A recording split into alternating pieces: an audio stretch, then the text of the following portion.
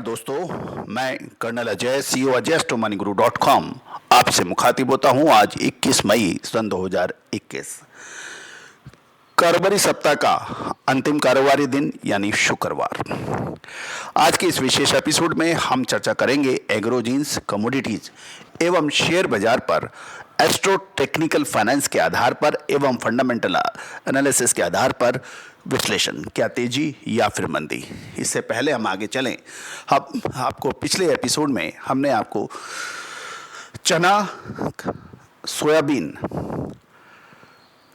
कपास खली एवं धनिये के ऊपर हमने विश्लेषण दिया था, जो कि अक्षर सत्य साबित हुआ और बाजार का विश्लेषण भी हमारा सत्य साबित होता देखा गया। शेयर बाजार के अंदर भी लगभग सभी शेयर्स ने जबरदस्त मुनाफा उतार चढ़ाव वाले बाजारों में दिया। उम्मीद है कि दर्शकों ने इसका भरपूर लाभ उठाया होगा।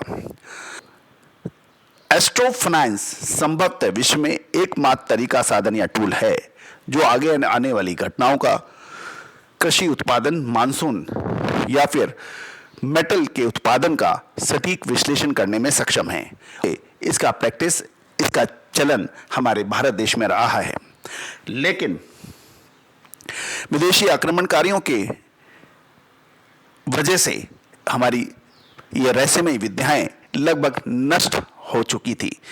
किंतु कहा जाता है कि सृष्टि में आप किसी भी विद्या या को समूल नष्ट नहीं कर सकते, किसी भी नस्ल को आप समूल नष्ट नहीं करते, प्रकृति कुछ अवशेष छोड़ देती है। ऐसे ही कुछ हमारी भारतीय रहस्यमयी विद्याओं के साथ हुआ और लगभग पिछले 20-22 सालों से लगातार हम इसके रिसर्च, उत्थान और अन्वेषण के अंदर प्रयासरत हैं। दोस्तों, आज इससे पहले हम आगे चलें, राशियों के हर नफा, नुकसान और खतरे के घंटे। भारतीय ज्योतिष में राशियों को 4 तत्वों में विभाजित किया है: अग्नि, पृथ्वी, वायु और जल।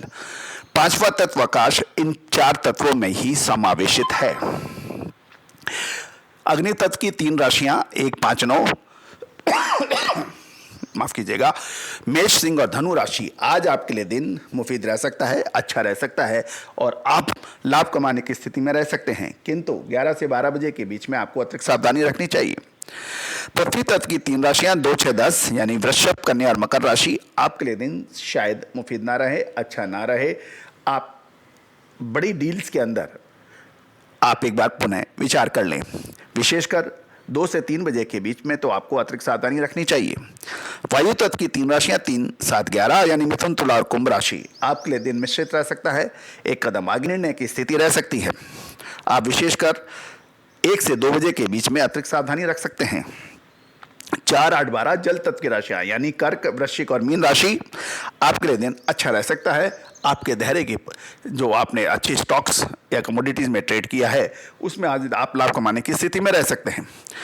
दोस्तों, ये था राशियों के आधार पर आपका नाफा नुकसान। अब कृषि जिन्सों के अंदर क्या संभावनाएं बन रही हैं, उससे पहले कुछ विशेष सूचनाएं।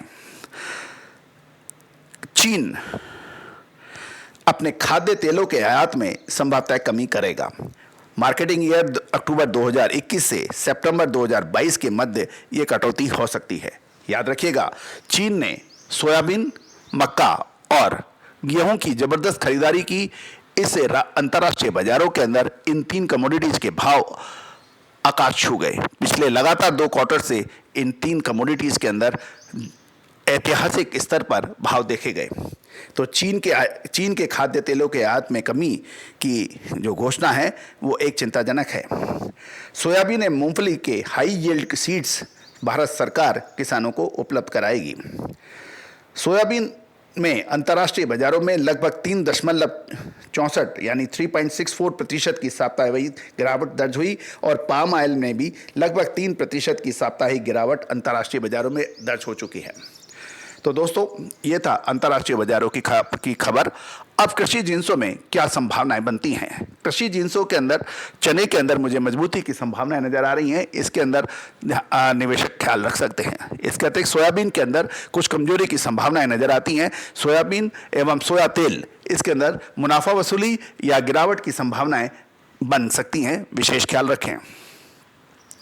दोस्तों याद रखिएगा, टाइमली प्रॉफिट बुक करना, चाहे वो शॉर्ट हो या लॉन्ग हो, यानी खरीदारी हो या फिर बिकवाली, इसमें निहायत ही जरूरी होता है यदि आप अल्प अवधि या इंटरडे के ट्रेडर हैं।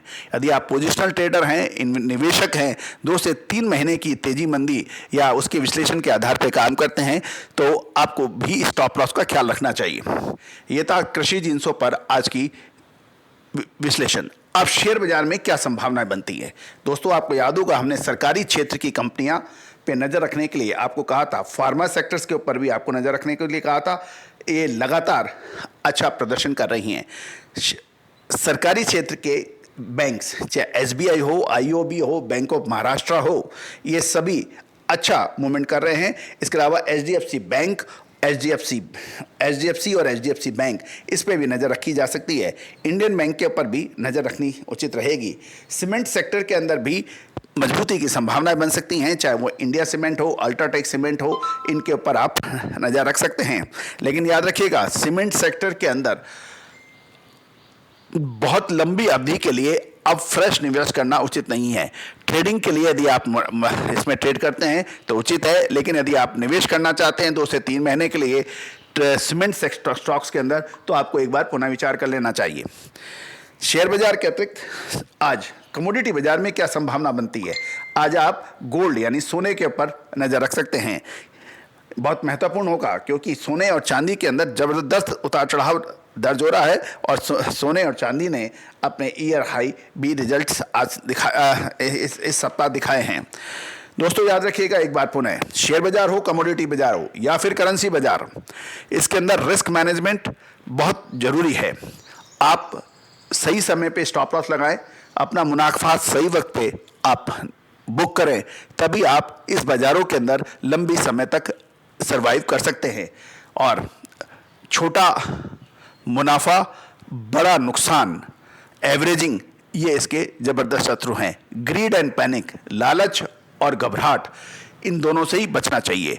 All the very best, good luck, happy trading.